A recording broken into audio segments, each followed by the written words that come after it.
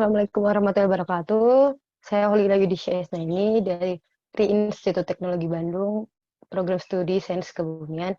Pada kesempatan kali ini yaitu pada PIT ISOE ke-17 tahun 2020, saya akan memaparkan hasil penelitian saya dengan judul Kajian Bahaya Tsunami Kabupaten Pandeglang berdasarkan simulasi numerik tsunami Selat Sunda 2018 dengan pembangkit longsor bawah laut.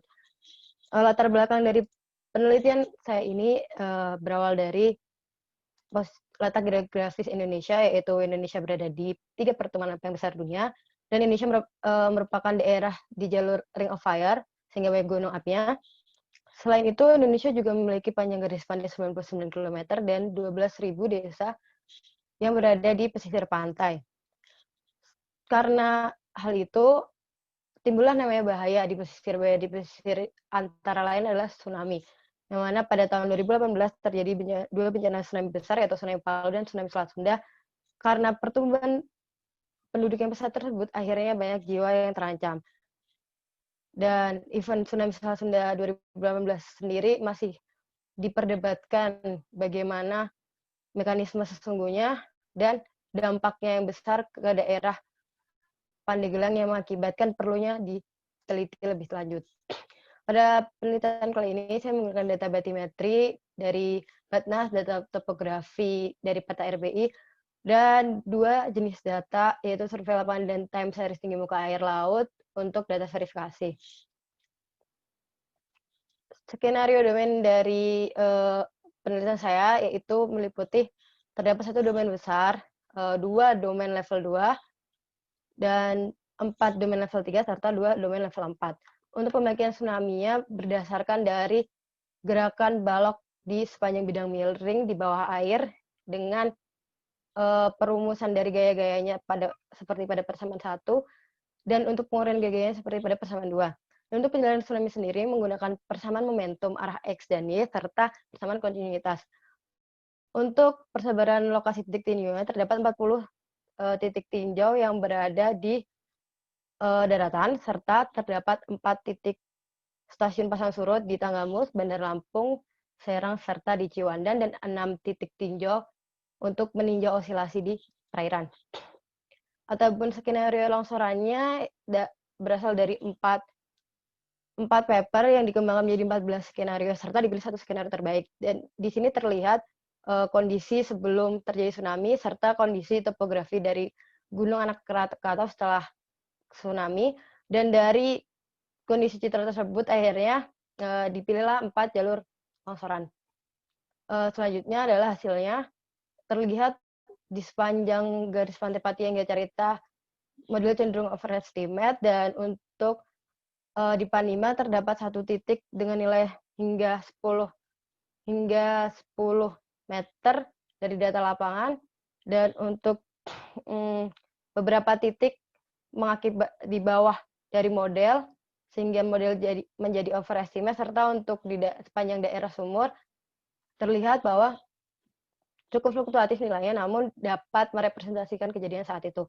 Dan untuk tinggi tsunami di beberapa titik diambil di Pulau Rakata dan Sertung, terlihat karena berada di dekat dengan daerah sumber longsor, sehingga nilainya mencapai 12 meter dan kejadiannya langsung serta-merta atau tidak ada lag waktu.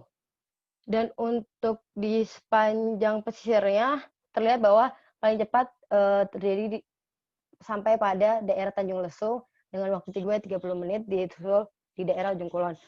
Dan untuk hasil overlay dengan data stasiun pasang surut terlihat bahwa nilai model secara statistik bagus karena RMSE-nya mendekati 0, serta nilai bilangan AIDA-nya juga pada selang 0,8 hingga 1,05, sehingga nilainya bagus. Namun untuk visualisasinya terlihat adanya perbedaan fase.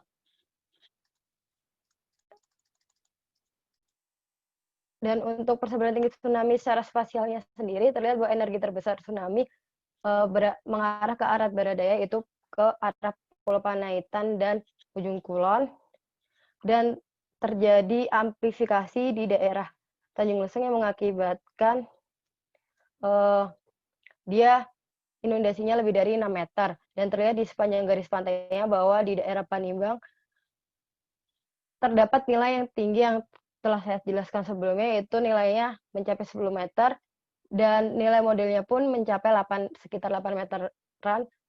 Selanjutnya, nah ini adalah simulasi sepanjang waktunya.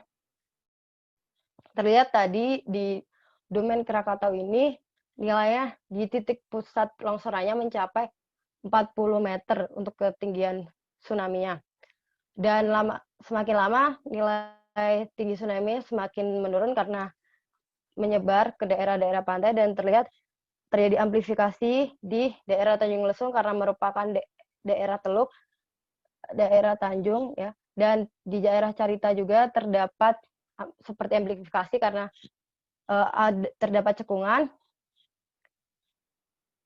dan hal inilah yang mengakibatkan tinggi tsunami dapat tiba-tiba menjadi tinggi di suatu daerah. Selanjutnya dibuat peta kajian bahaya berdasarkan tinggi tsunami dengan klasifikasi bahaya adalah sangat bahaya untuk yang lebih dari 3 meter, berbahaya untuk 1,5 hingga 3 meter, dan cukup berbahaya untuk 0,5 sampai 1,5 meter, dan kurang bahaya untuk kurang dari 0,5 meter. Dan dari persebarannya terlihat yang paling berbahaya adalah daerah Panaitan, Ujung Kulon, dan Panimbang, serta Carita. Kesimpulan dari penelitian ini antara lain daerah kabupaten, khususnya daerah Ujung Kulon dan Pulau Panaitan, menjadi daerah yang paling parah terkena dampak tsunami Selat Sunda 2018. Tsunami mencapai daerah Kota Agung pada kisaran 59 menit, dan untuk pesisir Pandeglang 30 hingga 50 menit. Dan daerah paling terdampak tsunami Selat Sunda atau yang diklasifikasikan sangat berbahaya adalah daerah Kabupaten Pandeglang, yaitu yang telah saya sebutkan tadi. Dan untuk daerah yang tidak mendapat ancaman tsunami berada di daerah Cikawung hingga Citerup dan Patia. Saran dari penelitian ini adalah perlu dikaji lebih lanjut mengenai mekanisme pembangkitannya, lalu dipelajari lebih mendalam model-model pembangkitan tsunami yang lebih kompleks sehingga bisa memberikan untuk aerial landslide. Dan saran bagi instansi dari penelitian ini adalah dari data hasil simulasi dan penelitian-penelitian itu dapat menjadi input untuk melakukan mitigasi bencana. Ini daftar pustaka yang saya gunakan. Sekian presentasi dari saya.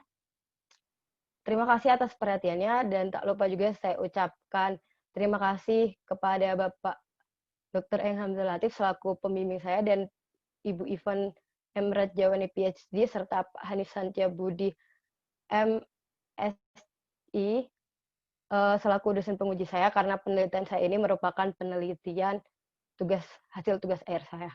Terima kasih.